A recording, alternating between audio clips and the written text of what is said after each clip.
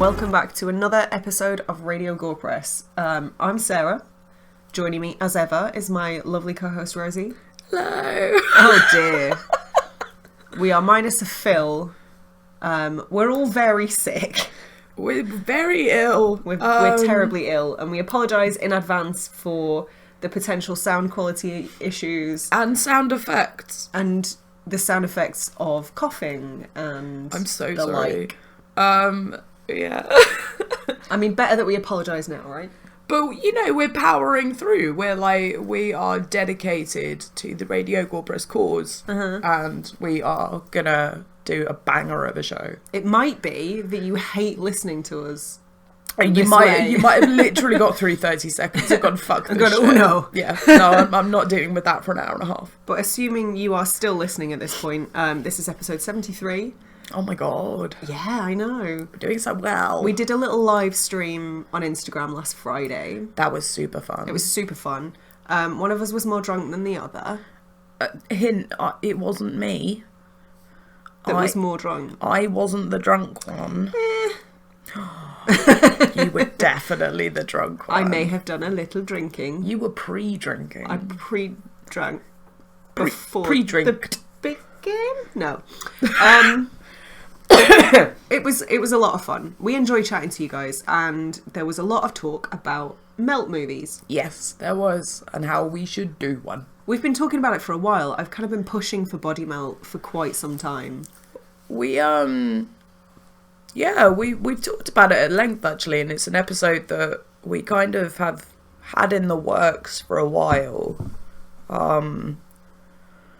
But it's always kind of like taken second place to something more pressing. Yeah, well, it was one of the choices when we did Basket Case. Yeah. And I was out fucking voted. I'm very sorry. But I stood my ground, and here we are. A lot of you guys echoed my love for melt movies, so that made me very happy. And weirdly, I worked out that I've actually seen a large percentage of melt movies. I mean, there are like 5 of them in the entire world, but I've seen at least 2. I would say like 5 or 6, and there are a handful more films with elements of melting. But to call them melt movies would be a stretch. Like The Wizard of Oz. It's not what I was thinking of. I'm melting. Oh, you're being very literal about that. Yeah. Normally that's me. Elements of melt. Yes. But before we get started, I just want to take a quick minute to encourage you to check out radiogorepress.com, our website, where you can find links to all of the really good stuff, including every single past show, which is and will always be free. Yay. The shows are now also available on iTunes, Stitcher, and Spotify. They are. You can find a link to our Patreon, where you can listen to all of our minisodes for as little as $5 a month. Yep. You can get access to our Discord server for as little as only $1 a month, which is actually a lot of fun. We've got a very tiny little Radio Gorepress family on there. We've got a little community. It's really nice. And we all check in with each other every day. It's lovely. We do. It's very wholesome so far. So far. There's time. There is time. We've got some merch on Redbubble, and we have an account on Coffee that allows you to make a one-time tip if you like what we do. But with that out of the way, yes, I would like to take a bit of time to talk about what we've seen lately, or what we've done lately that might be relevant. I say done because I'm assuming you still haven't watched a great deal. I haven't watched any films. Not a one. Not that... We watched a film together on Friday. Oh my god, we did, Rosie. Didn't we? I'm so sorry. My brain is ill as well as the rest of me. Apparently. We watched... Oh god. No, come on. You're getting no hints. I can do this. I'm not helping you. I can do this. It's not 21 Trump Street. Trump Street? 21 Trump Street. It was... Oh god. Stuba. You got there. I'm so proud of you. Fucking hell. I don't know why 21 Trump Street was the first place your brain went. A, it's not a film. And B, why Rosie? It was a funny American film. 21 Jump Street was a funny American film and also Yeah. a TV show. I misspoke. You As did. as Trump often does. Have you heard the latest? What? Oh, good lord.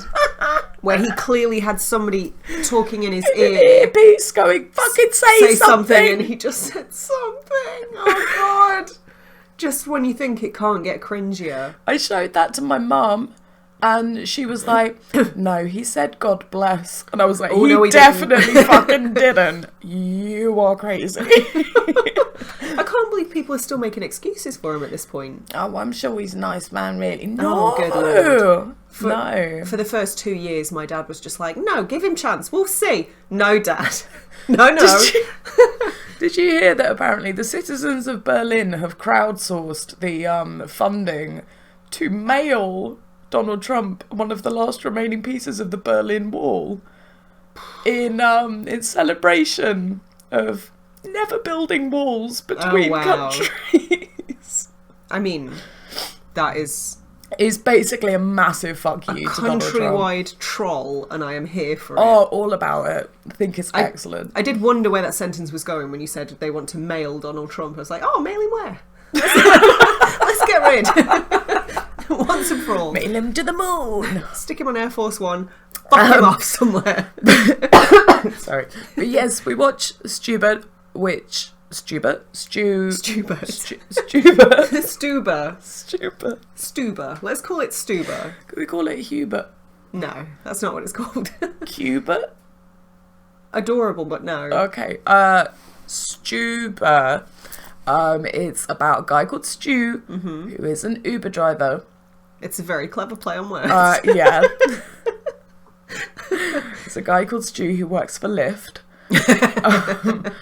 And essentially Dave Bautista turns up and then shit gets weird. A visually impaired Dave Bautista. Yeah. It's so funny. Hijinks ensue. And my favourite is in it, Iko Uwais. Yes. He's not in it enough. No, absolutely not, that's true. I just thought it was so funny. It was such a, like, do you know what I mean when I say, like, wholesome dark comedy? No, I know exactly what you mean. It's just a solidly good film. Like, it's not... We're so used to watching genre movies. Yeah, absolutely. That this was actually quite a nice departure. It was like a little holiday for my brain. Yeah. I love stuff like that. I've got all the time in the world for just, like, popcorn movies where you just switch your brain off. I love cerebral stuff, too. You need to be in the right place for it, though, don't you? Every so often you just need to turn off. Oh, absolutely. But we do this every so often, don't we? Like, we watched... Do you remember when we watched District 13? Yes. Is it District 13 U? Ultimatum, yeah. The sequel. Like, parkour!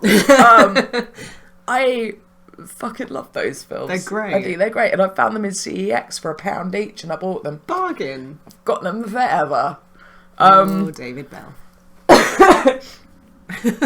But just such a wholesome film, such a funny film, It's just like really light, like fluff. Yeah. But with it, like, you know, I'm a huge fan of action movies. Yeah. Anything that involves action or martial arts or stuff like that. Yeah, I'm for sure. a huge proponent of that. Just because I find it endlessly entertaining. People doing stuff that you couldn't do yourself. It makes me want to go to the gym more. Does it? Yeah. No, it's not working. It makes but it makes me want to. It makes me look at it and go, that looks exhausting. That looks tiring. Yeah. I don't want to do that. I'm already out of puff getting off the sofa. I mean, I'm out of puff existing at the moment. So. Hard same. This is week 3 of my illness. Oh, God. And I am not here for it. Week 3 in the vector of disease house. Nobody trusts anybody anymore and we're all very tired. I mean, that's like the past 32 years, if I'm being honest with you. Yeah, I was about to say that's generous, but then you're younger than me. So. Yeah, super fun. Loved it. I think everybody should watch it. Of like... I know I keep going back to the idea of a Sunday film. Oh, no, I get it. But it would be a really good Sunday film. What's your ideal Sunday film? actually, I think it's either going to be something like role models. Okay. Kind of like hilarity ensues. It's geeky and adorable. Or it's going to be something really, something like black and white horror, like Nosferatu and the Pit and the Pendulum, that kind of thing. Universal horror, Universal monsters. Yeah. They're the perfect Sunday movies. I would also say anything in the realm of Legend or Krull or He-Man and the Masters of the Universe. Oh my god. Anything like that. I fucking love it. Stuff like Flash Gordon as well. Flash Gordon, 100%. Love it. Yeah. That's like my ideal Sunday. With a massive bowl of popcorn. Pizza. Yeah, like a 2-litre bottle of Dr. Pepper. You're just saying a lot of stuff that I'd rather be doing right now. Yeah, sorry guys. Let's crack on. We're going to leave you guys to it for the next 80 minutes. We've got a Sunday film to watch. So, is that all you've seen? No. Okay. Oh, good lord. I really wanted to watch some cartoons the other night. And when I want to watch cartoons, it almost always reverts back to stuff like Samurai Jack. And that whole Cartoon Network sort of thing. And I ended up checking out on YouTube, I don't know if you've seen it, it's a cartoon called We Bare Bears. No, I've never even heard of that. It is so fucking cute. Spell that. We Bear what? We Bare Bears. So we, as in W-E, The we royal are. we, yeah. Bear, as in not wearing anything. Oh. Bears, as in they are bears. So, and okay. it's about 3 bears. Yeah. There is a brown bear, and there is a panda, and there is a polar bear. Okay. And they Good get representation, I like it. And they just get up to like cute little adventures, and they make friends along the way, and it's really funny. Like, it's got that element of adult humor in it as well, so that the adults can watch it with their kids. You're adorable. It was so cute, and I loved it, and I watched about 7 episodes of it in a row. Whoa. And that's not something you'd seen before? No. Oh, wow.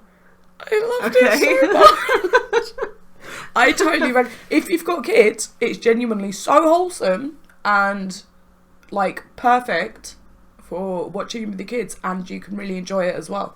You say that? Do you think I would like it? Yeah, I do. Really? I really think you'd like it. Yeah. Even as cynical as I am. You can't be that cynical all the time. Oh, watch me. Try me. That sounds like a challenge. I think you'd think it was cute. Okay. I might give it a bash. In the same way that, like... No, I was going to say in the same way that Yokai Watch is cute, but actually that's just kind of heartbreaking. Yokai Watch is dark. It's devastating, isn't it? I thought it was just this cute thing about cats, and then you start watching, it's like, oh, they're all dead then. Oh, and the bear's voice... And there's a weird fart ghost. Whisper? Yeah, fart ghost. The bears are voiced by real adult human men. I thought you were going to say real bears. The bears are voiced by real bears. For realism, you know. And every time they're asked a question, they just growl and then eat a fish. That I'd be there for. I mean, you should probably be watching like some David Attenborough or something. I do. Then. Oh, I do. Yeah, that was the weirdest thing to have a shit-eating grin about. You just went, oh, I do. I didn't think that was particularly smug, was Your it? face exuded a level of smugness that your voice did not convey. Maybe it just does that on its own. Maybe it's not something I have any control over. I've leaned so far into brat that the shit-eating grin is just reflexive at this point. It's your resting shit-eating grin face. Oh no. That's not as catchy. R-S Just resting brat face. Resting brat face, yeah. That I'm works. about that. Yeah, okay. I'm 100% about that. What have you seen? I assume you've seen more than I have. I assume you've watched Always. more than cartoons. Always. Body Melt was my 256th unique film of the year. There are more days than that in the year. Yeah. That was because I've rewatched things. Like, I've watched Stuba twice. When I watched it with you, I'd already seen it. No, I just forgot how many So- days there were in the year. Oh, 356. in our year? Yeah. Oh, yeah. Oh, Rosie. You know, my brain's broken. 356, right? Give or take. Do you know? Yes. Obviously.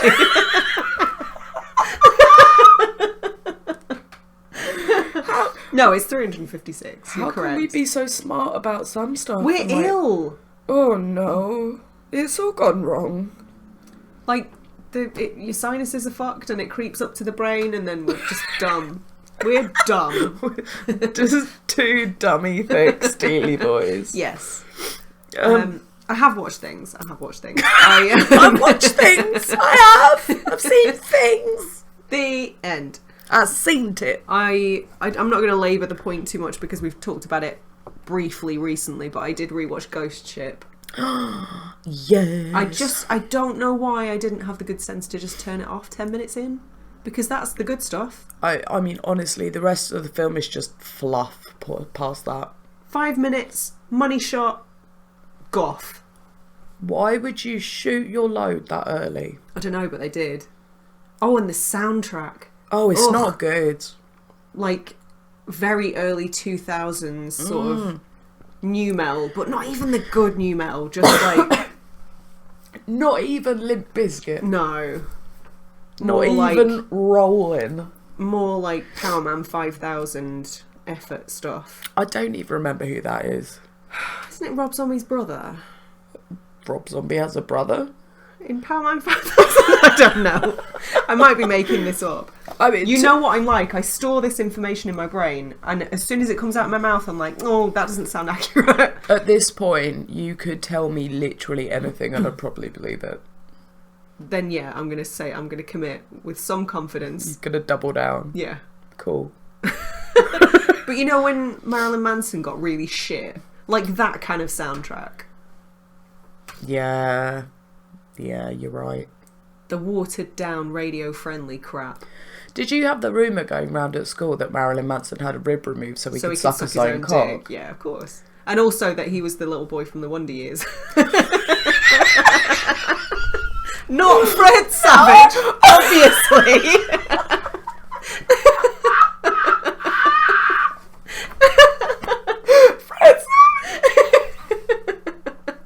That's exactly who I thought. No, What it's little from Paul. No. With the glasses. Shut up. It's not him, but that was also a rumour. That is not... No, that did not go around my school. Oh, yeah. Well, when I say school, this, I was not still at school when this rumour was going around. I feel like that is a really specific to Berry rumour. I love stuff like that, though. These stupid little conspiracy theories, like how everyone thinks Katy Perry's Jean-Benet Ramsey. I love it. I live for this shit. Yeah. I just go... How have I never heard that? I don't know. I fall down the rabbit hole of these weird conspiracy theories. Is that a conspiracy?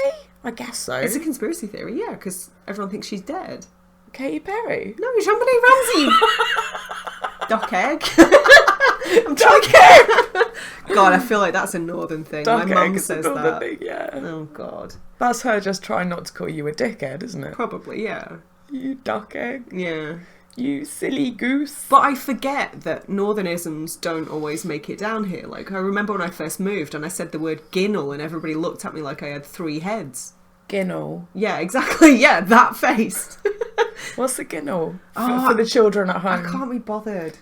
It's like a thoroughfare. Like, I can't explain it. It's just getting more and more Dickensian street urchin the more you go on. A thoroughfare, governor.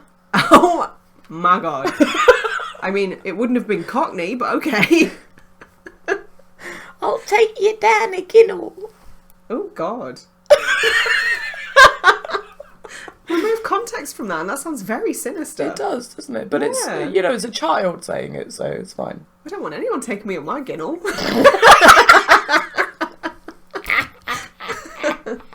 I can't even dirty laugh, right? Oh. Oh, your voice is so hoarse you can't even Sid James it. Sad times. Horsey, horsey. I'm still not entirely sure what ginnel is, but fine. With any, I feel like you're full of interesting rumours about stuff that's never really happened. Oh, almost certainly. I might have invented my own at this point. My boss at work said that when he was a kid, he used to think that, you know, the graphic equalisers on the front of hi-fi, it's like the lights that go up and down. He used to think it's so that deaf people could hear music. Oh, that's not how that works. That's adorable. And the best part was he kept that secret knowledge to himself, just like thought everybody knew it. Oh, wow. Up until we were sitting at work, he was in his mid-30s. And he just came out with it one night, and I was like, Johnny, no. Oh, no. He said it, just instantly went, and tried to put the words back in. Oh, it was so bad. Oh, I wish I'd been a fly on that wall. So Ghost Ship. Yeah. It hasn't aged well. I can imagine. It wasn't good then, is not good now. I watched Frankenstein. I'll elaborate. Okay, thank you. I think it's 2015 Frankenstein. Oh. Yes. It's been on my radar for a little while. It's got Xavier Samuel, Carrie-Anne Moss, cool. Tony Todd is in it. Uh-huh. And it's directed by Bernard Rose, who obviously did Candyman.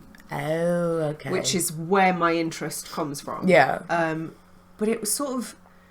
I feel like it's one that maybe played at Fright Fest when I wasn't there. So I was aware of it, and then it, like, disappeared. But then it cropped up again on Prime, and I was like, fuck it. Sunday. It was a Sunday film. That doesn't bode very well, though, when it disappears and turns up on Prime. Do you know what? It wasn't awful. Okay. I can see what they tried to do. Did something get lost in the execution? Somewhat. It was just a little bit dull. Because there are a lot of assisting players in this film, but you follow the monster, who's called Adam. Yeah. He is the protagonist. He can't speak. Is created as an adult male, but with the instincts and brain of a baby, of like a newborn. Right. So does he just shit everywhere? They glossed over that part. Just walks around shitting. Yeah. But the whole film is basically him getting into scrapes, and like there are shades of the original Frankenstein, like he meets a little girl and lobs her in the water, that kind of thing. Yeets her into the sea. And then obviously the angry mobs are after him and beating him up. And stop yeeting small children. Yeah. This is a yeet-free zone. Or we'll make an exception and yeet you. It's very sad. It's very sad because he's... the story of Frankenstein is very sad, yeah. But I think whereas the book and some of the earlier iterations of the story have been more focused on Dr. Frankenstein. Yeah. This is just about the monster. You get very little insight into the creators. And that he's because he is this blank slate, and is very confused by everything, it's very sympathetic, and you do find yourself feeling for him, and he's basically like decaying, and there's some pretty good effects. It's pretty gross at times. It sounds like it would make me cry. Potentially. It's very sad. Because like underrepresented characters that are treated badly really upsets me. Benny and June, Edward Scissorhands, like Johnny Depp, or the stuff with Johnny Depp, just Johnny Depp. They both like made me absolutely boo my eyes out Yeah, you probably would cry at this then. Oh God. Because there's very little, like, redemption of it. Like, people are just horrible Like, to just him. unfair things happen. Yeah, it's just like a series of shitty things happening to the person, this You might creature say that doesn't deserve it. it's a series of unfortunate events. With Frankenstein. You might say that. Please don't. But you'd be wrong. Yeah, it sounds like it would make me boo my eyes out, so I'm not sure if I can watch it. Yeah. Mm. And there's almost shades of, like, of Mice and Men as well. Oh God. Yeah. To quote Kevin Smith in a very unpolitically correct manner, sex nuts and retard strong. Oh God. Wow. Like, he didn't choke out any poppies, but, you know, Oh God. there were elements of that. You are bringing me down, man. Sorry. Am I a bit of a... No, I'm a downer today. I'm very sorry. Oh, it's okay. I think. Let's bring it back up. I also watched The Gate, which you have seen. Yay, I have seen. I watched it with somebody who'd never seen it before, which is always fun. Yeah. It's one of my favourite kind of... like a subgenre that we talk about a lot that I don't hear other people talk about very much, and that's the kind of... the very nostalgia-driven 80s horror movies for grown-ups, but with kids as the protagonists. Yes. Like gateway horror movies. The kids could also watch. Gateway. Oh, I didn't even mean that. The action version of it being like the Goonies, that kind of thing. Yeah, exactly. Yeah. I think this is probably not suitable for the same sort of audience. But there's just so much about it that I love. Even though very small Stephen Dorff is a bit smackable at times. Stephen Dwarf. Oh God. That exists somewhere, doesn't it? What, like a drawing like a Stephen Dorff lookalike that's also a... Oh no. Yeah. That's also a small person. Yeah. Oh. I don't know how I feel about that. I hope they're making a lot of money from it if they They're are. probably in porn.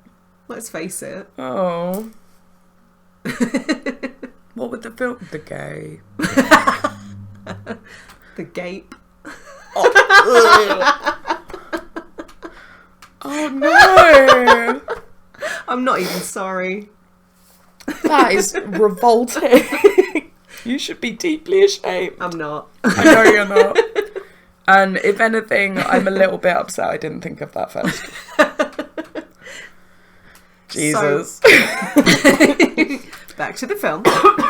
There's so much about it that I love. It's one of the films in the toy community. Yeah. The question is often asked, what action figures do you want to see? Do you desperately want to see that don't exist? Yeah. I can't believe there isn't like a proper figure of the little demon dudes from The Gate. Oh, yeah. I would love that. Are we talking like, is it NECA? NECA would murder that. Yeah.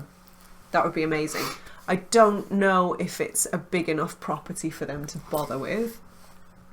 Surely they've done stuff that's that... They do a lot of cult stuff, but I think... Do you not think The Gate is like... I don't think it's got a big enough following. I wonder if it's something that will have like a bit of a resurgence, or if like it's just as popular as it's going to be now. Potentially, I don't know. Depends if it gets on like streaming platforms. That's usually what does it these days, when people rediscover things. Unfortunately, in my mind, you said The Gate, and I thought Beyond the Gates, which is not the same film at all. That's the one, like That's the nightmare type board game. The board thing. game, yeah. No, The Gate is the one with the... They tear down the treehouse in the back garden and unearth... Yeah, and there's this like pit. stuff in the cupboards and stuff. Elaborate. Fuck's sakes. Like, they towards find the like end... the big geode. Yeah. And the parents go away and leave the sister in charge of the little kid. Yeah. And him and his friend basically summon a demon accidentally. As you do. But his friend is like a bit of a metalhead and realises that the sigils that they're seeing and the incantations and stuff are... The sigils. The sigils are to summon demons, to summon the devil. Yeah. I love it. It's just so much fun. It is. It's just a solidly good film, and actually I don't think it gets talked about enough in terms of the effects. Okay. Because some of them are a little bit ropey. Are we talking like practical effects or? Oh yeah, 100% practical effects. Okay. There are a couple of things in it that are not practical effects, but the stuff I love about it is the practical effects. The one thing I particularly love is the tiny little demons. Yeah. They're just dudes in suits, and they did it with forced perspective. Oh. Which I love. Like, you can find photos online, and they've built an enormous version of some of the sets. So they're just normal people in suits. Yeah. And then some of the actors are much further away than others. And That's so cool. Forced perspective is so clever, and like you would never know. Yeah, for sure. And I think there's a mixture of that and perhaps what looks like stop motion. Where's that? Where's that place? There's a place I think is in London. Is it called Camera Obscura? Where you've got like forced perspective rooms where one of you looks super tiny and one of you looks enormous. I'd love to go there. That looks like it'd be super fun. They had a room like that in the Museum of Illusions in Ljubljana. Ah, amazing. Yeah, it's pretty rad. I just think that stuff is so clever. Yeah, like who thought of that first? I don't know, it's amazing. But like, you know, it just confuses your brain. It must have been like, chef kiss, I'm a genius. Hell yeah. And they'd be correct. They would have earned their resting rat face. Bitch, I have earned mine. I have been a brat for all my life. I mean, you've put the groundwork in. Yeah, I've done my research. Is there anything else that you have watched? The only other thing I can think of that I want to mention at all is I rewatched Happy Death Day and Happy Death Day to You. I haven't seen it. Is Happy Death Day the one which is like Groundhog Day murder? Yeah. Right, okay. I got you. And I know the one. Happy Death Day to You is basically Back to the Future 2, but with murders. Happy Death Day to Also Electric a lot of Boogaloo. suicide. Oh. Yeah, it's kind of like... That sounds darker For than... a really sort of glossy, well-lit, fluffy Blumhouse production, there's some dark moments in it. I mean, is that dealt with well? It's not very sensitive, John, no. Sorry. Oh, okay. I don't... But it doesn't... I'm not sure how I feel about but that. But it doesn't rub me up the wrong way. Okay. I think you'd still enjoy it. I think they're both films that know exactly what they are. Yeah. They don't try to be anything more than that. Yeah. I think Jessica Roth, I believe is her name, the lead actress, is incredibly charismatic and does a really good job of carrying both films. I struggle to reconcile either of them as horror movies, though. They're not very big casts, are they? No, not very. But yeah, they're kind of billed as horror comedies, but aside from the sci-fi elements and the obviously repeated deaths. Yeah, I mean, I feel like you can't necessarily just put a lot of death or a lot of killing in a film and call it horror. No. I don't, like, that doesn't ring true for everything. They're both comedies to me. They do what they do very well, but they're not groundbreaking, and I struggle to call them horror movies. Yeah, tenuous at best. I mean, the first one more than the second one, I think, has more grounds for the title of horror movie. Yeah. And that's because they sort of tried to create... iconic is the wrong word. Iconic is overselling it, but they've tried to sort of create a distinctive looking masked killer. Right. So I guess on that principle, it's something of a horror film. But comedy more than anything. Okay. They're both so much fun, though. I feel like I'm trying to dissect them more than they deserve, perhaps. I can't work out if you're trying to sell them to me or put no, me I off am. them. They're both really good. Oh, They're both okay. a lot of fun. I saw the second one in the cinema, and it was just a really enjoyable experience. Like, you know, some films you watch and they stay with you forever. Some films you watch and you're like, I need to watch that again immediately. Yeah. Other films you watch and it's like, that was absolute bobbins. I'm never Bobbins! gonna watch that again. I'm really salty that I wasted my time and money. Yeah. This is definitely the secret window. in the middle. You want to name drop any other Johnny Depp movies today? No. Like, I mean, That's all I'm doing, isn't Yeah. it? It was shit. It was awful. I Yeah. walked out halfway through. It was terrible. Oh, no, I almost walked out halfway through. And then I was like, I've paid good money for this ticket. I'm seeing it through to the bitter end. I think the only thing I've ever walked out of in the cinema was Fantasia. You've told me that. Yeah, and I've been called a Philistine. Was it too cerebral for you or something? I was like 7. I didn't know what was going on. It's not the Mickey Mouse I was used to. It's just got little, like, racist mushrooms having a dance.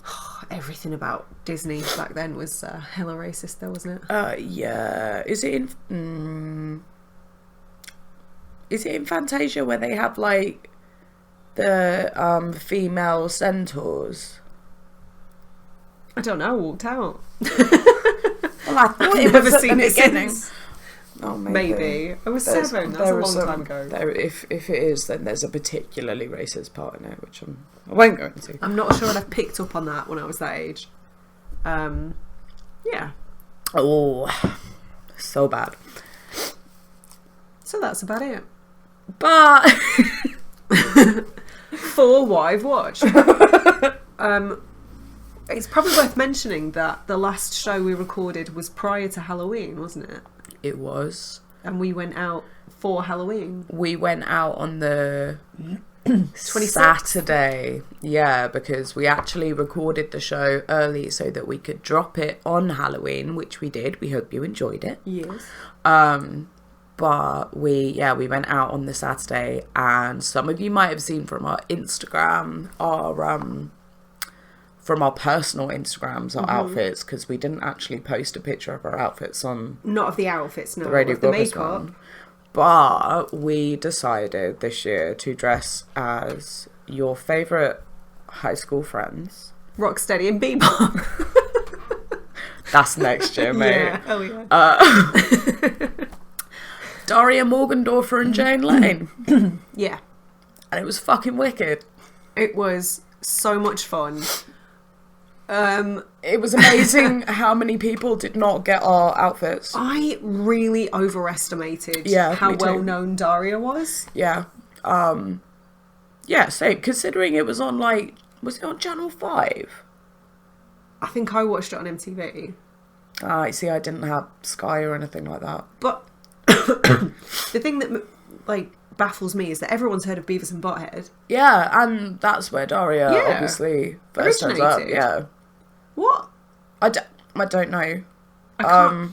Because, like, at least 2 people looked at you and went, Velma? Yeah, like, No. just really, really, not even necessarily getting anyone, literally just looking at me going, who are you? And I'd made a newspaper of, like, Oh, yeah, there were the props. Sun Herald, and it had an advert for Six Sad World on the back of it, and I kind of just, like, held it up. And about 90% of people then, to be fair to them, Oh, they went, got it from oh, that. shit, Daria. Oh. Okay, yeah, cool. Completely forgotten she existed. God damn it. We're so entrenched in 90s culture, It's- though. I feel like we forget that it's not the norm. I fucking know. She's like, I don't know what you mean, she says, with her bad roots and her plaid shirt and her choker. Fuck. And then there were about 10% of people who just gave me this fucking blank look. Like, why are you waving a bit of paper at me? And I was like, do you know what? Fucko. How bloody dare you? Buy me a drink or get out my face. Yeah, pretty much. Like, look up Daria. Watch Daria. And some of the low effort costumes there as well. They had a nerve.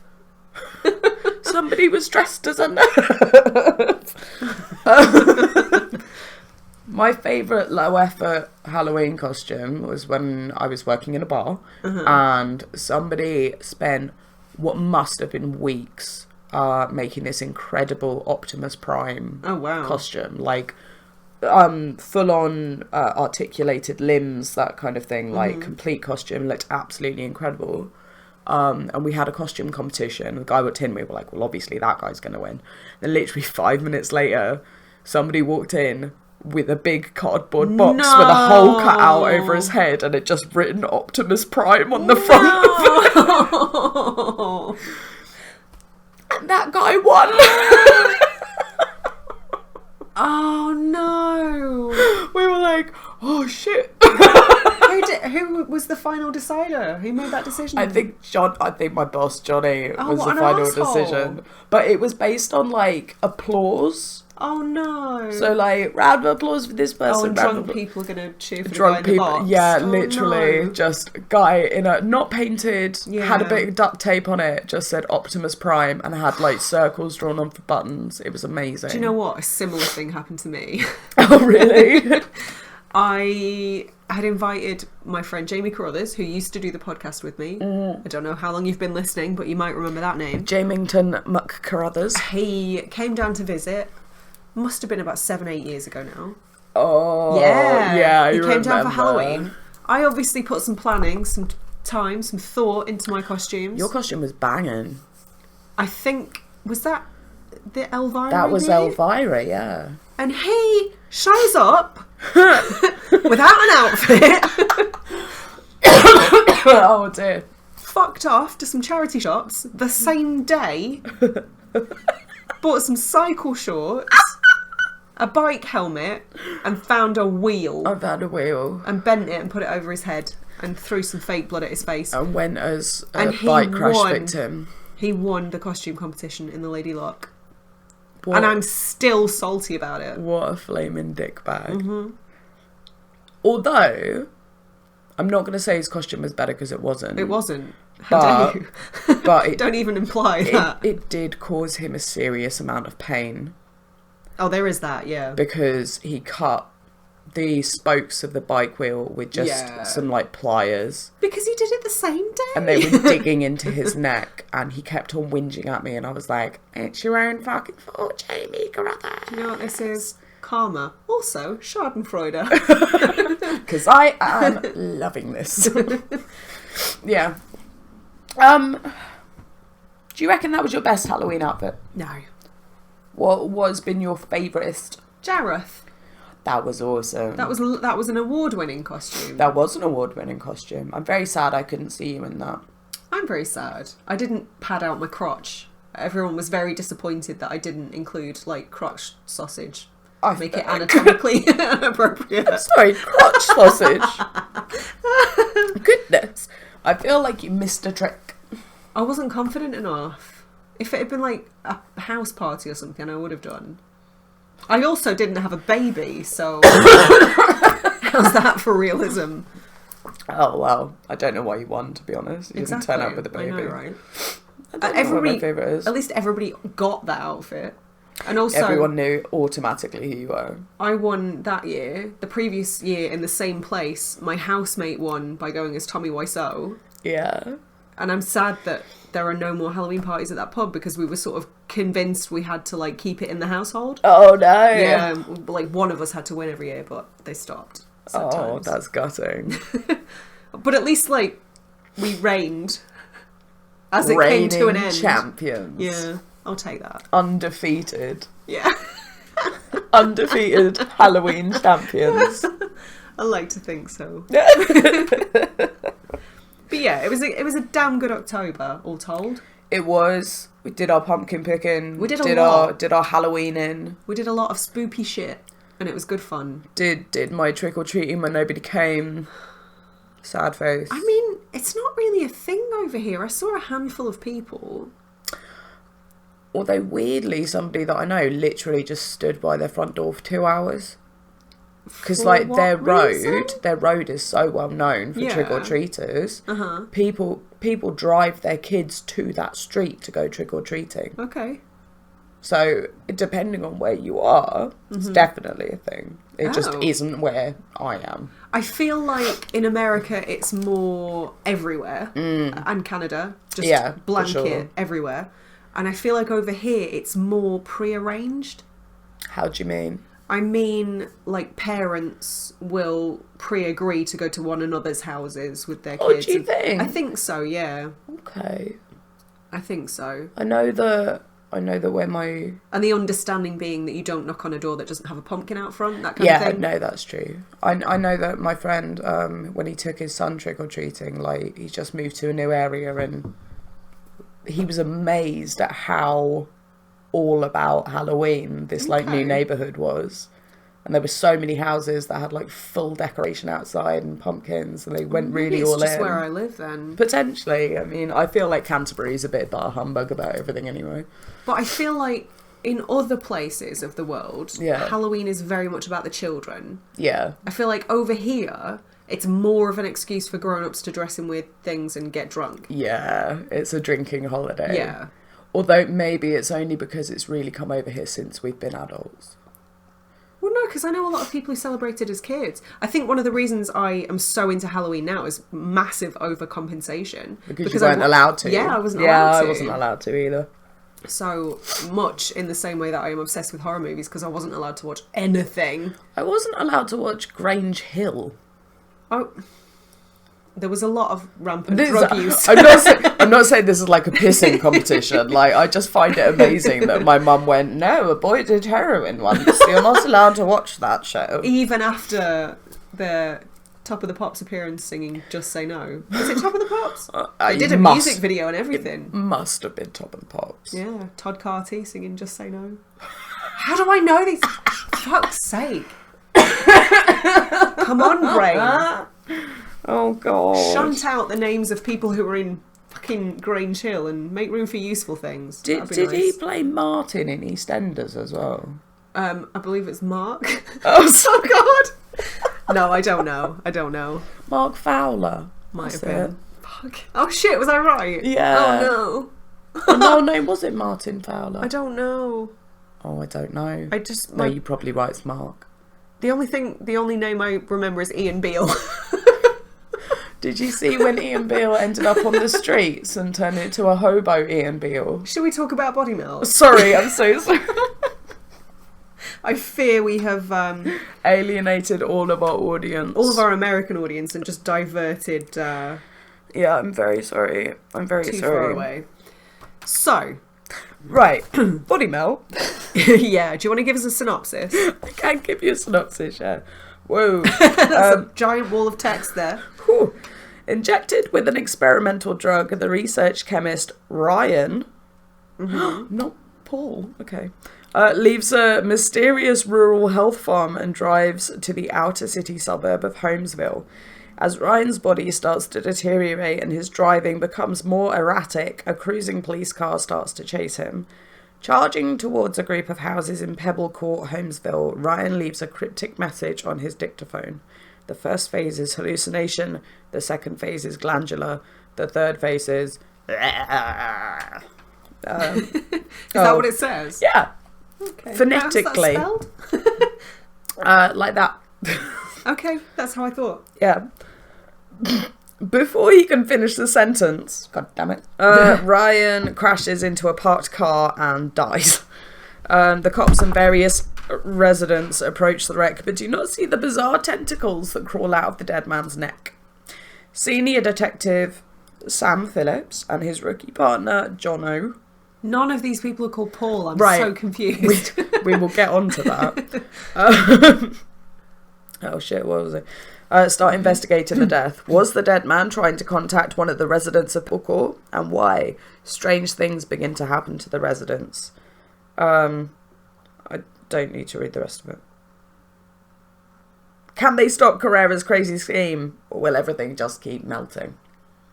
Yes. Yes, and also is yes. my answer. Yeah. So, we were potentially incorrect when we were under the assumption that everybody in this film appears to be called Paul. It honestly felt like at least two people Definitely were two. called Paul. Definitely two. Maybe that was a... I'm not saying we're right, but perhaps that was an error. You know, like, there are goofs in TV shows, for example, and people call an actor by their real name rather than the character name. Oh. Maybe one of those was sort of... Oh no, his name's Robert. I've not got a clue. That was my best guess. Yeah, nobody in this film is called Paul, apart from the guy called Paul. Well, at least there was somebody called Paul. There was one person called Paul. Yeah. Played by William. Not Paul. Oh. I got nothing. No, me either.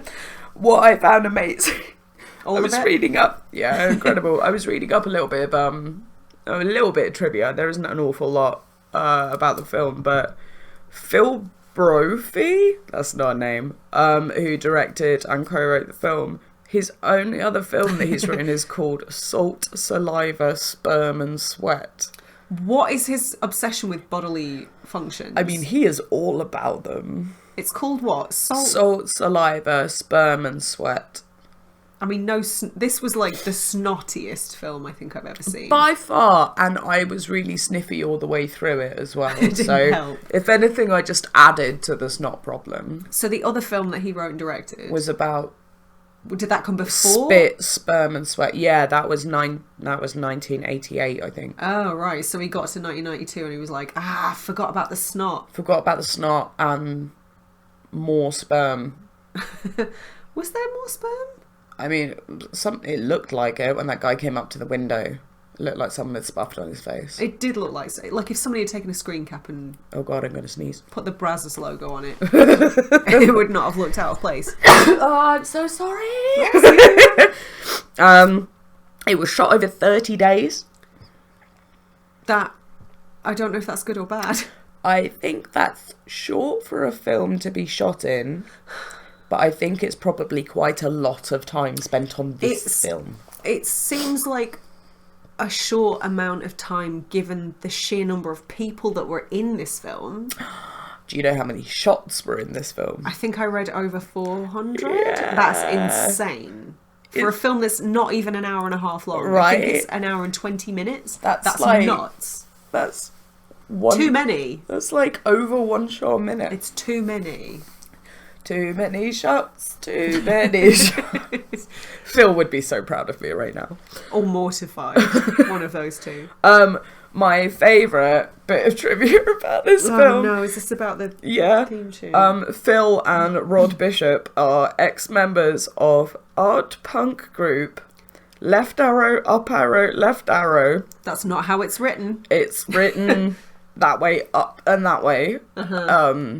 It's the actual arrows. Like, how would you even search for that? And they composed the soundtrack. Which I did a rousing rendition of before we started recording. I wish you'd do a rousing rendition of it now. I mean, I need some synth in the background, and then it's just me going, Body Melt! Wait, what? Isn't that Beverly Hills Cop? What's happening? If you could just shout Body Melt a lot, that would be great. And then Body Melt very occasionally. Bite your groove. Also, apparently this is considered Ozploitation. Mm-hmm. Could you elaborate as to what Ozploitation is for me? It is a little known subgenre of grindhouse that was made in Australia. That's the simplest way I can describe it. Okay. There is a fantastic documentary that I own and can lend you if you are interested, called Not Quite Hollywood, that's literally just about the Ozploitation subgenre. It's kind of fascinating. I might be like way off the mark here, but like, is Peter Jackson like stuff like Bad Taste? Is that like? I don't know, because he's New Zealand, isn't he? Oh, okay. Yeah, now I am off the mark then. More stuff like Patrick, Razorback. Right, okay, I get you. I really like Australian movies. I think there have been like a couple of movies that I absolutely hold dear to my heart, like Walkabout and Picnic at Hanging Rock. There are some real sort of Picnic at Hanging Rock. Yeah, okay. Real like haunting classics. Yeah. But then the flip side of it is utter shit like this, but I have a lot of love for that too. They do have a certain like je ne sais quoi about them, don't they? They're a little bit different to everywhere else. I can't pinpoint why though. It's I think there's an element of like there's less polish than Hollywood. For sure. Yeah. There's kind of like an undercurrent of nihilism. Like, I feel Ozploitation is basically what would happen if Troma was Australian. Yeah. Yeah. Like, do you know what I mean? It is difficult to pinpoint. It's difficult to describe. It has that puerile nature that Troma has, for example, but it does it in a kind of Like it's immature, darker way. It's very immature. It is puerile is the perfect word, to be honest. But there's heart there as well.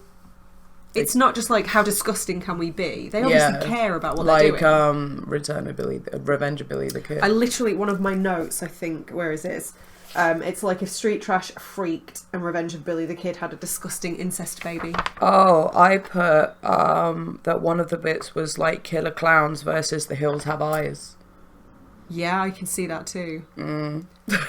So there's obviously a lot of outside influence. Yeah, for sure. Which means that if we're like reading it right, the people who made the film fucking love the genre and what they do. So. I imagine so. I think the low budget kind of screams in every frame. But they've done a lot with it. They've done a lot with it. Like the snot budget alone, I can't imagine. Oh my god. I literally retched. Like there are very few films I have seen that potentially have a bile budget. This is one of them. This tops the list. It was the worst. Like so much. I can deal with all kinds of bodily fluids, but like snot just tips it over the edge. Even the word like sputum. No, I can't. Freaks me right out. No, can't do it. I think I wrote the same thing. Like I can deal with all manner of bodily functions on screen. Yeah. But snot just crosses a line somehow. Like people hawking up a loogie. Like spitting. That wasn't my demonstration. Can't deal with spitting. Well, I don't like spitting in real life either. No, it's disgusting. If people spit in the street, then they're fucking animals. The red mist sort of rises. It makes me angry. Yeah, I think it's gross. It is. It's disgusting. Anyway.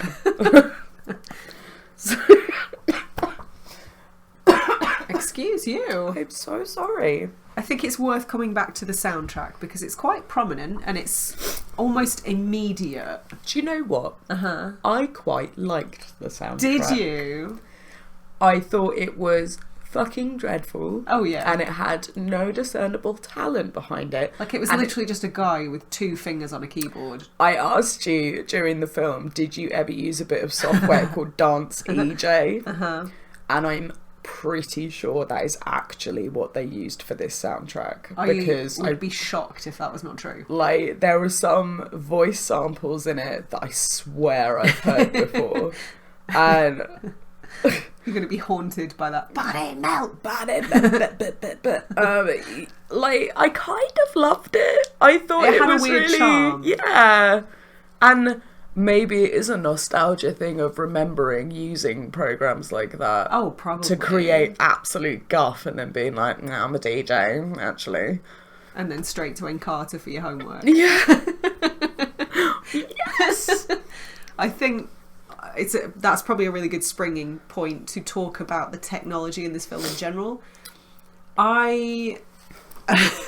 What you got? I've had this conversation with somebody recently. I love films like Hackers and Sneakers and even The Matrix now. Anything that features any sort of technology dates a film unlike anything else. Yeah. Unlike anything else. It totally does. It turns it from... See, in 1993, like, that would have been impressive technology. Yeah, but now... Now it's like, well, did you do that on a potato? On your BBC computer. BBC, on your RM Nimbus. Yeah. Did you, like, pause Frogger to do this? Knock this together. Did you pause the Eric typing program? Yeah, It's ridiculous. It's utterly ridiculous, and that's why I appreciate films like It Follows so much. Oh yeah, because of that ambiguous time period. Yeah, deliberately impossible to anachronize like props, purposely somewhat retro clothing, but then futuristic devices that don't actually exist. Yeah, it's like, it's totally vague it. and really sort of quite dreamlike, and But especially within the confines of a horror film, because it adds a level of uncertainty and makes you uneasy. Yeah, I think. yeah, it's unsettling. If it's familiar but also unfamiliar, it kind of adds a sheen of anxiety to it almost. Yeah, for sure. In the same way that one of the things I hate most is humans doing like human things. No, like unhumanoid thing, like humanoid things, sort of. House on Haunted Hill.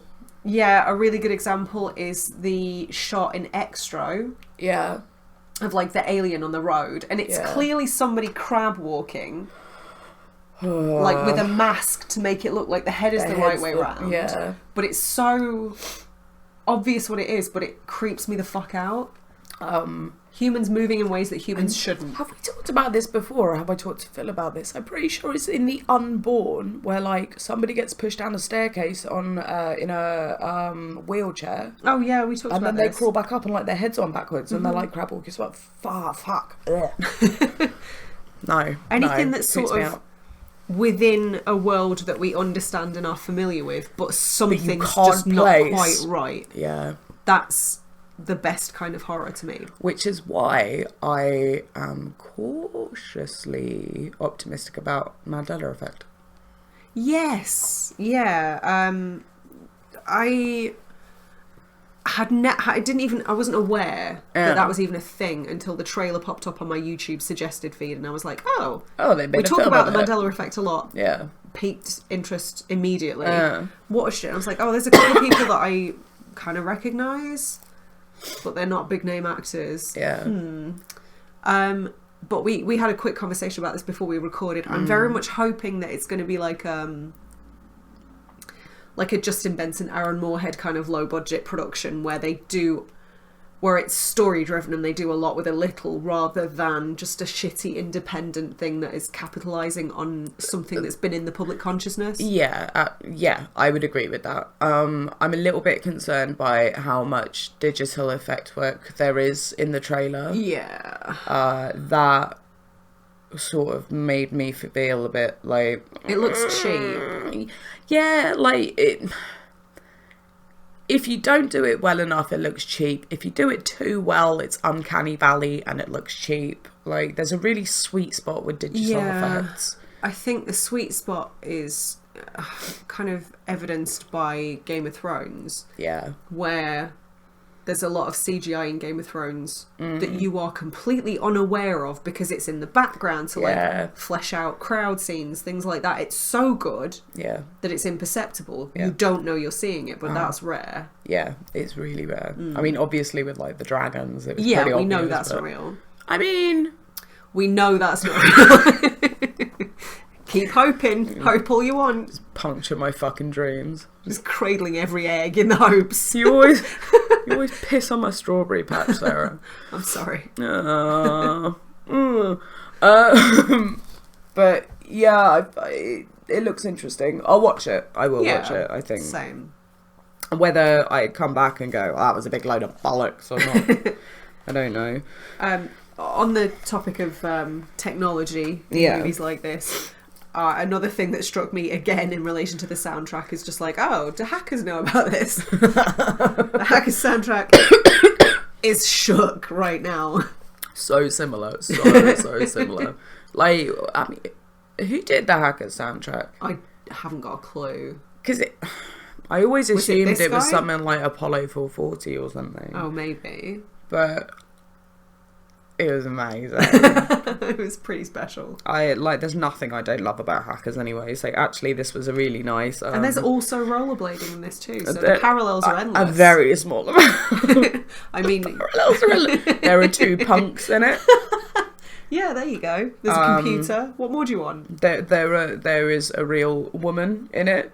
Yeah, see? With the same number of eyes as Angelina Jolie. You keep stating things that are similar.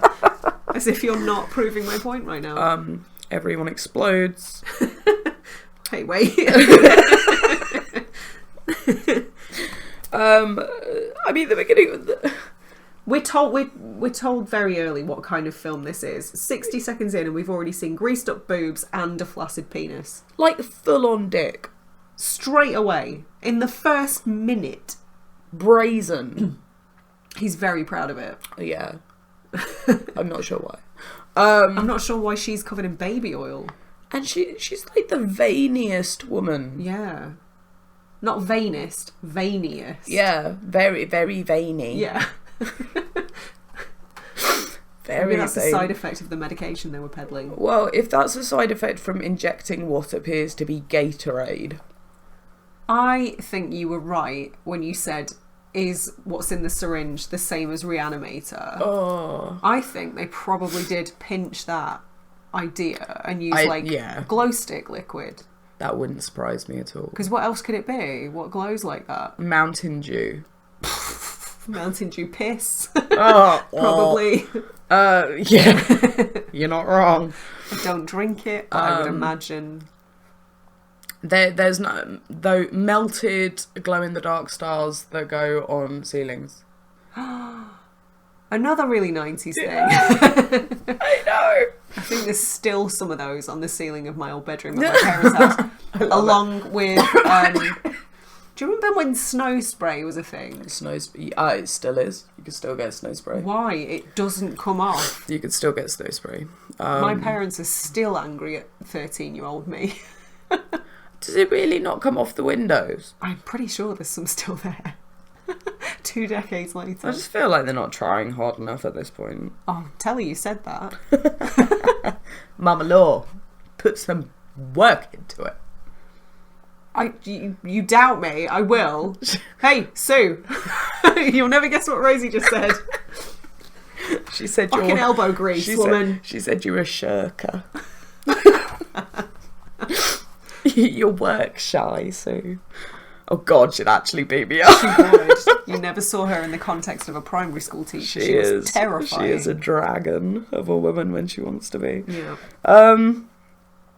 Yeah, a guy gets injected and then sets fire to a library card. That was how I saw like the first couple of scenes. I'm pretty sure it was an ID card rather than a library card. That makes a lot more sense. But I did quite like that melting ID card. Oh, the melty face. Yeah. And you know it's called body melt, so something's gonna be melting. Nice touch. Yeah, a nice melty touch. Yes. And then obviously the first guy to die. Yeah. Paul, not Paul. Is he Paul? No, he is. He's says on the back penis of the DVD. Penis guy, yeah. Ryan. He's a research chemist. Right, Ryan, who goes to the gas station, demands detergent, drinks said detergent, but before he starts going a bit weird, he already looks a little bit like after Jeff Goldblum has gone into the machine in The Fly. Proto Brundlefly. Kind of proto, like he started to go a little bit on the wonk, but not quite. On the wonk. A little bit rubbery. Like Goldblum, but a bit off. Yeah. You know what I mean? Like if Jeff Goldblum had a really deeply unattractive younger brother. Like if the Wax Museum in Blackpool made a figure of Jeff Goldblum. Yes, from The Fly. From The Fly. 100% yes. Yeah, I know exactly what you mean, and you are completely correct. He needs the detergent for his neck, doesn't he? Like, which is not a sentence I ever thought I'd hear. He goes, I need detergent, and then just starts rubbing his Adam's apple. Like, that's obvious. Like, I need it for my neck. And then he sprouts gills.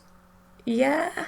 Kind of. Is it not just that, like, his neck kind of explodes a bit? But it looks like gills. It does. If I drank detergent... Please don't. I did once when I was a kid. Oh, God.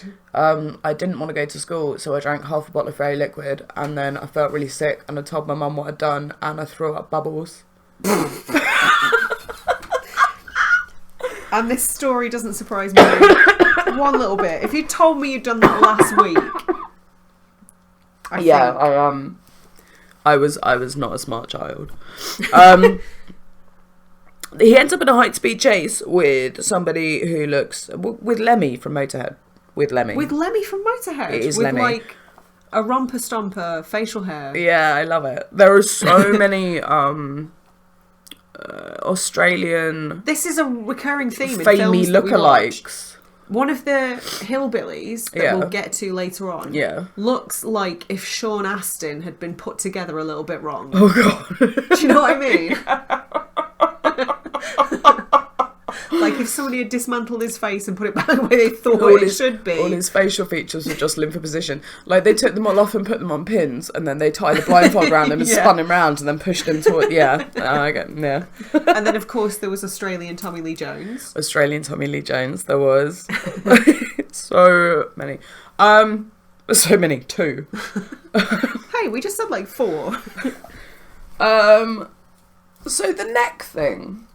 So he gets to a car crash and like the thing crawls out of his neck and into his mouth. It's funny you say the thing because I'm pretty sure that's where they got the idea. With like the weird creepy tentacles. The tentacles, yeah. Oh, it just made me think of the flying spaghetti monster. Did it not? Is that just me? Did not cross my mind, Okay. I can honestly say. But what is it? Because none of it's you cannot possibly ask questions and expect answers. I feel like it's a glandular problem. It's also a hallucinogenic problem, and it's also but so says the tagline. But does that mean that it creates a living thing? It's very confusing. Well, they do. The science doesn't add up. The science is bunk. They do talk a little bit about it kind of being parasitic, like it sort of destroys the host. Oh. So maybe. Yeah. But equally, another thing that doesn't make a lick of sense is that it reacts, the same drug reacts so very differently from person to person. Yeah. Nobody breaks down in exactly the same way. No. Which confuses me. I mean, one guy's dick explodes. Yeah. Oh boy, does it. Like. Yeah. That's more emphatic trauma. than that. Yeah, that was. And he looked like the human, like, just Stretch Armstrong. Yeah. He was Stretch Armstrong. Yeah, with Stretch Armstrong proportions. Like, yeah. His arms went really far. Like, I don't know how his torso supported the rest of him. That didn't make any sense to me. If you were to cover somebody in, like, expanding foam... Yeah, that guy. And then spray it tan. That guy. Yeah. Absolutely. I reckon he's hollow. I think if you, like... If you tap him, it's like... and his head, like, he gets all confused. Because it reverberates through his skull. Probably. That sounds legit, Yeah, cool. Canon. That sounds more accurate than any of the science that was in this movie. I liked that there were what they called the Italian kids. Just 2 random, like, Italian Americans. Well, except they were Italian Australians. Right. There were so many characters in this movie. There were like 1 billion. There are more characters than we can possibly talk about at this juncture.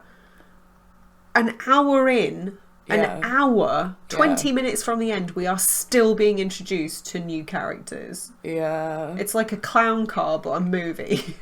People keep appearing and I don't know where from or why.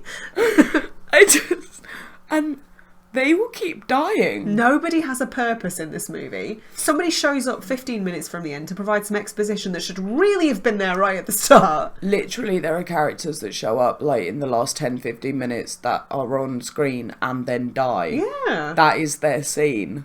It's like, have you ever seen Richard Linklater's Slacker? It is... No.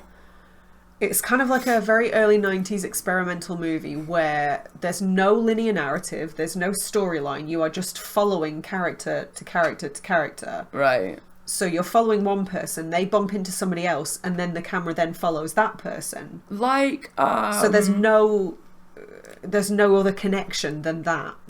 There's a music video where they do that. Purity Ring, Lofty Cries. That's probably where they got the idea the from. The entire music video is that. That's probably where they got it from then, because it's a really sort of highly regarded movie in film circles, and it just body melt makes me think of that, but shit. just not done very well. Because they just keep throwing characters at us, and then they're forgotten about. And calling them all Paul. Maybe this is why I thought everybody was called Paul. I've got a note here that says, I'm Paul and so is my wife. They were definitely both Paul. They were so Paul. Their kids were both Paul. There was teenage girl Paul and obnoxious asshole Paul. Yep.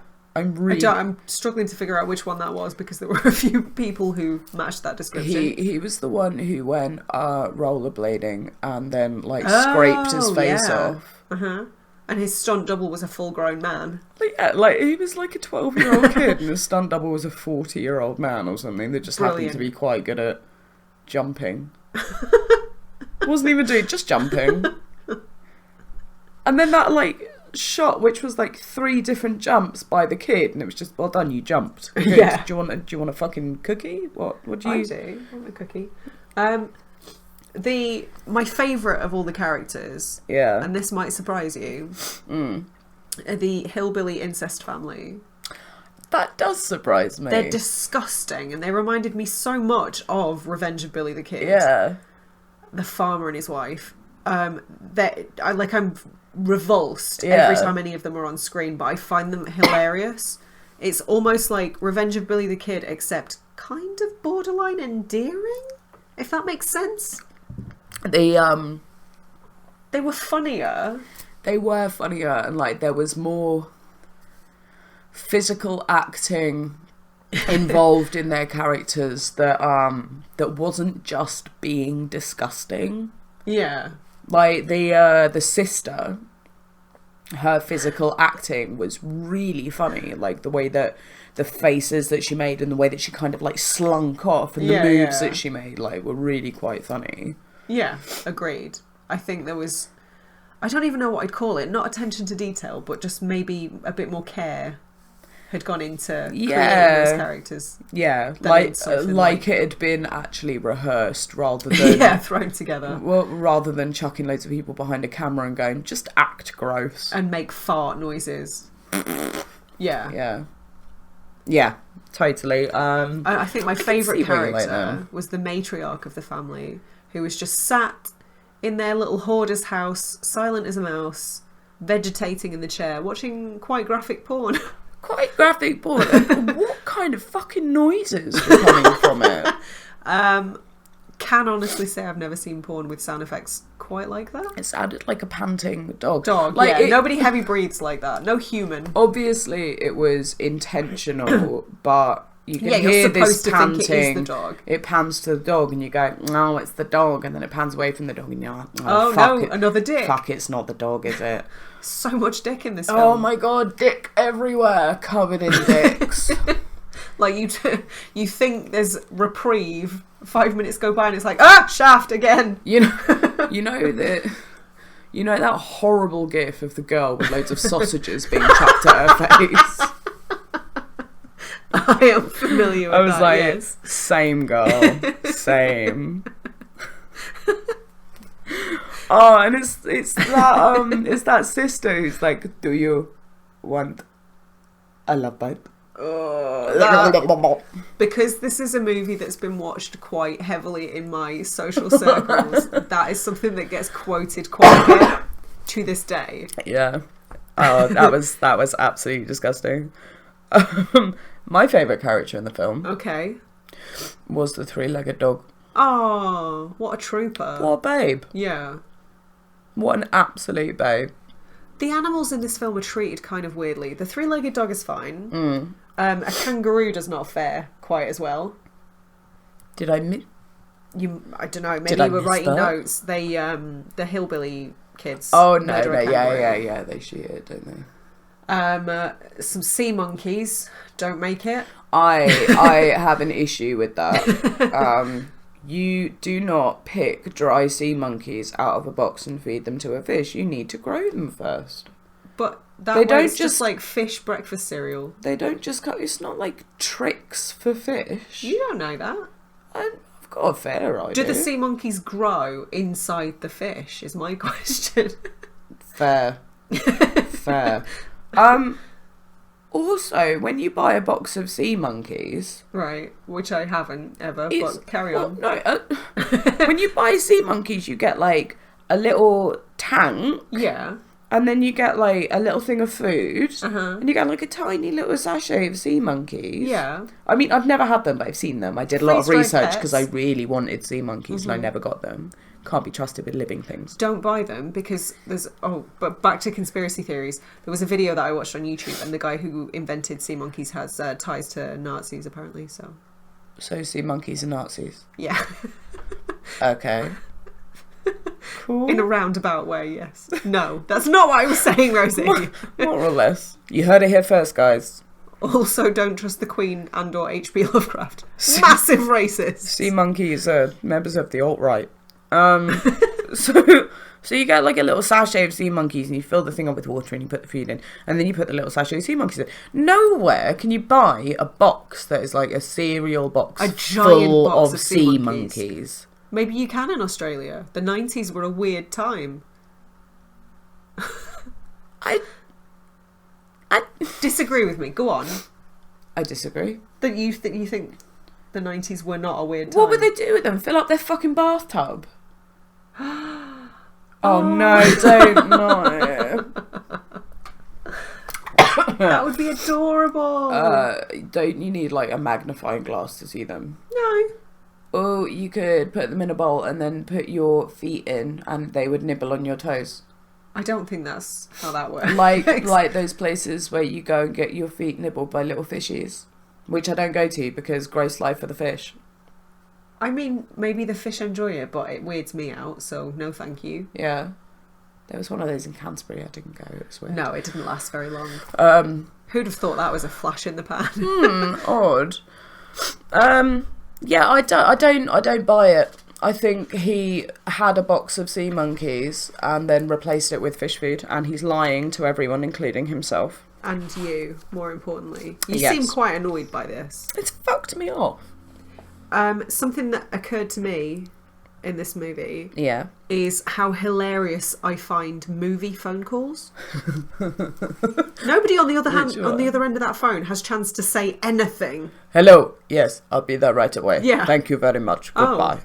I mean, I understand the reasoning behind it, but it's still hilarious.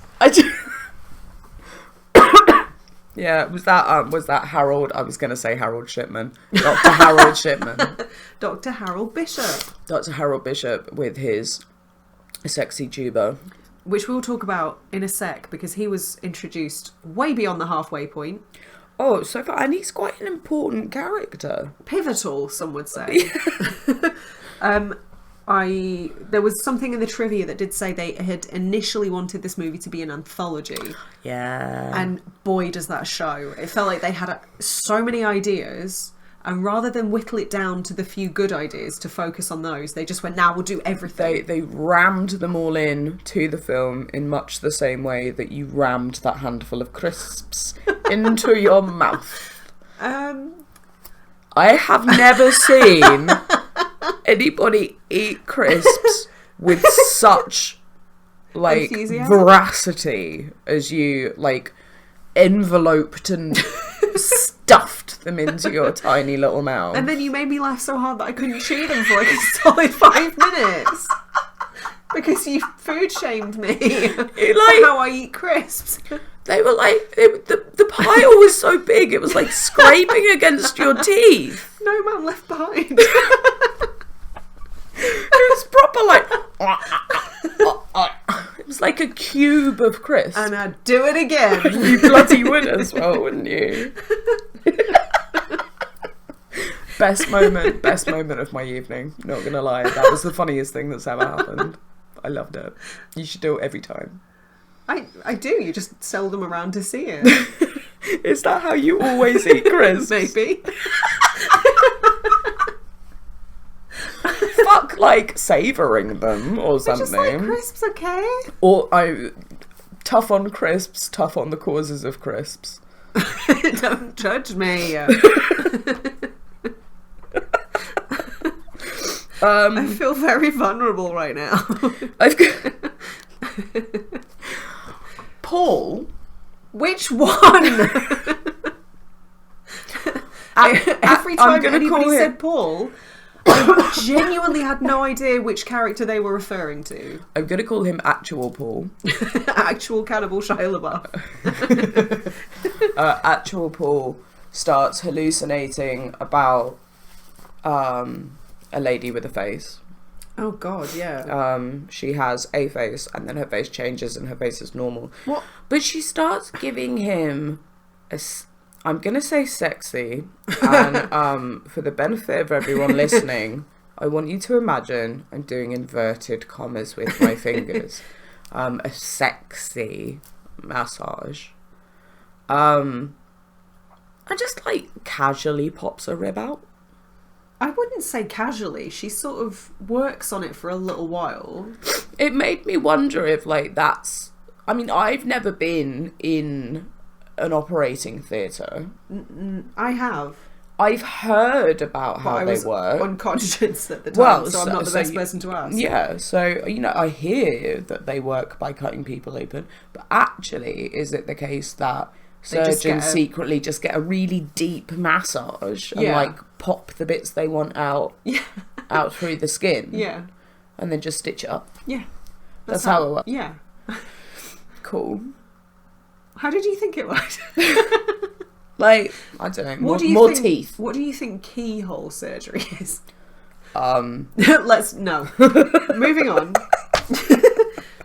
There was a scene quite close to the end with the married couple and the pregnant woman. Yeah. And I wrote a succession of notes that make very little sense to me now. Oh, so did I. all capital letters. Dance party. Placenta face hugger. Ooh. Esophagus cam. Rave placenta. Rave placenta is a pretty good way of describing it. Every time you think this film has gotten as weird as it's going to, they pull something like that out from left field. So she drops like a living placenta that is like pulsating. Which is actually pretty gross. It's disgusting. And looks remarkably close to an actual placenta. Yeah. And then the soundtrack from Hackers kicks in again. Yeah. And then she calls up Dr. Harold Bishop, who is busy sniffing his fingers. Oh my God. What the fuck? Like, full on, like, huffing them. Continue, like, repeatedly. Yeah. Just on his own in his office. Naughty Harold is what I've written as one of my notes. And he's like, I'm on my way. Because she's like, is it normal to, you know, like, just birth the placenta? And he's like, probably not. It's not advisable. It's not the usual. And she's like, can you pop over? I think there might be a problem. Yeah, safe to say. There was a problem. She was correct. There was, and when she looked up, the placenta had disparu. And then, like, she just explodes. Mm-hmm. She's a gassy lady. And then we are introduced to a family, a whole new set of characters. Who go to the medical/health facility. Is this I'm Paul and so is my wife? And so are my lovely children. They are given the experimental drug. And then they begin to die. Right, I've got this like section of notes which... Go on, amazing. Give it to me. Okay, so, quick fire. Runner Paul. Yeah. I'm Paul and so is my wife, Runner Paul. Yeah. Runner Paul drowns in his own snot. Business Paul's face melts. Yes. Wife and daughter Paul drive off. Yeah. Harold now has a gun. Who armed Harold Bishop? And there's a helicopter. Yeah. They stopped the budget on the ending. Wife Paul dies of a big tongue. Yeah. Exposition time. Harold talks about cars and then shoots himself. The end. I mean, that's pretty... Oh, and a Scottish guy turns up. A Scottish Paul. Wait, that was Scottish Paul turns up. Scottish policeman Paul. Yeah. What the fuck? It was at this point where I just started like writing blow by blow one sentence for what happens because so much random shit starts occurring. I would honestly go as far as saying that there are very few other films that run the 80-minute mark that pack in as much as this film did. Like, it went balls to the wall. They suddenly realised, shit, we've only got 20 minutes left of this film, we better ram it in. Like, and don't get me wrong, some of my favourite films are films in which very little happens. Yeah. I appreciate that. Films that take their time. This was the polar opposite of that. I kind of loved it, though. Oh, no, I loved it, yeah. Like, you're It's just like... not a criticism. Oh my god, he's got a gun. Oh my god, there's a helicopter. Yeah. What is happening? Yeah. One thing this film did teach me is that I was unaware up until this point that slipping in your own snot and banging your head is probably the least dignified way to die. Like, I would genuinely rather shit myself. To death. Yeah. Yeah. Yeah. I mean, at least the people who found you would have a laugh. You'd brighten someone's day. As opposed to walking in and be like, Yeah. oh god. I mean, a lot of people shit themselves when they die anyway, don't they? I think, like, everybody shits themselves when they die. Oh, everyone? Yeah, like, your bowels relax. You do and poop. What have you just been? I guess, like... Are you sure you're not thinking of giving birth? No. If you... I'm going to Google it when we finish recording. If you die, like, after you've just pooped, then you probably don't poop yourself. Although you would be in the bathroom, so it's maybe the best place to do it. Maybe you do an Elvis and you just die on the toilet. That would be... Actually, no, that'd still be more dignified than slipping in your own snot and banging your head. No, my point stands. Wasn't he, like, holding a sandwich at the same time, though? Ew. Did I make that up? Maybe. Oh. I mean, it sounds like something he'd do. A muscly guy strangle fucked someone to death. That was another one of my notes. And he hid behind a pot plant. Yeah. And so much happened. The final note that I've got is the Hackers music kicks in for the end of the show, but the end of the film, and it is perfect ripe for the "Hi, I'm Natasha and I'll be your freestyle dance teacher" vine. I love that. Is it Natasha Bliss? Natasha Bliss, yeah. Hi, I'm Natasha Bliss and I'll be your freestyle dance teacher. Oh my god. Amazing. Killed me. So, Body Melt. Yeah. Did you enjoy it? Would you recommend it? Fuck yes. On both of those? Yeah, of course. It was wicked fun. It was... Because we haven't mentioned it up until this point, but this was a first time watch for you. Yeah, it was. And actually, I think I appreciated it more having seen a bunch of trauma. Yeah. That had whet your appetite, or perhaps sort of softened the blow. Yeah, I think that's a better way of putting it. It was slightly more cerebral than trauma. Yeah, like not by a lot, but it just like you said earlier, it's got a bit more like nihilism to it, and it's a bit darker. It's a bit more adult. And yeah, I thought it was great. Loved it. 7 out of 10. 7 out of 10? 7 out of 10. That's very high for a film like Body Melt. It's really high. I think even I would only give it a 6. No, I liked it. I liked it a lot. But then I normally give things an 8 because I'm just really giving. It's surprised me that it was a 90s film and I don't know why. Do you think it looks older? Yeah. If you told me late 80s, I would not have batted an eyelid. I think the only thing that makes it, like, obviously 90s is the computer science stuff. It still amazes me. Like, I forget how long ago 1993 was. I'm still surprised when I put films like this on and go, oh yeah, back when films were square. Films like, the were aspect square. ratio was so squished. 1993 is like 15 years ago, right?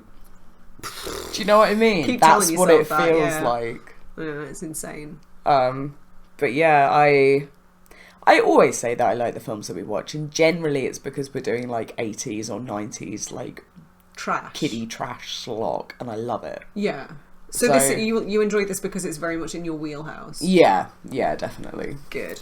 Yeah, same. This is a film that I think I watched, god damn, maybe 15 years ago for the first time. Oh wow.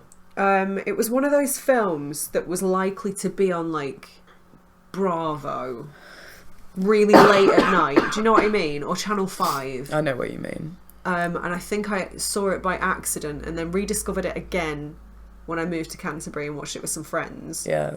And it's the perfect film to watch with friends. Not even getting drunk to, like, just it's so batshit. You cannot fail to have a laugh and with it. It's entertaining and it's riffable and it's. There's not a second where you could possibly get bored. No, I don't think so. I think if anybody like gets bored of this, they're just not paying attention. If your attention drifts, then you need help during this film. Yeah, it's a bit like if you put all of the seasons of Lost into one film and then turned away for a minute and a half and got rid of the polar bear. You know, would turn back and there was a polar bear. Yeah, great film, loved it. Do you think it's one you'll revisit often? Often, maybe not. Owing to the fact I never turn on my television, but maybe this will give you the perfect reason. Maybe it will. Maybe it will. Bit too much snot in it is the only thing. 6 out of 10. Too much snot. Yeah. But would watch again. Yeah, absolutely. Cool. I'm glad you enjoyed it. I thought you would. But you know my tastes. I do, but it's always a nice surprise when you show somebody a film that you enjoy and they also get on board with it. And you can get a bit excited about it. Yeah, it's a good feeling. It is. So on that note, I think we're going to wrap up. Yeah. This has been a really fun one. We're very sorry Phil couldn't be with us. Hopefully he'll be back next time. Right as rain. Hopefully neither of us will be coughing or sneezing. I am so sorry in advance. I'm very sorry. Guys, we will see you next time. Stay spooky. Thanks so much for listening.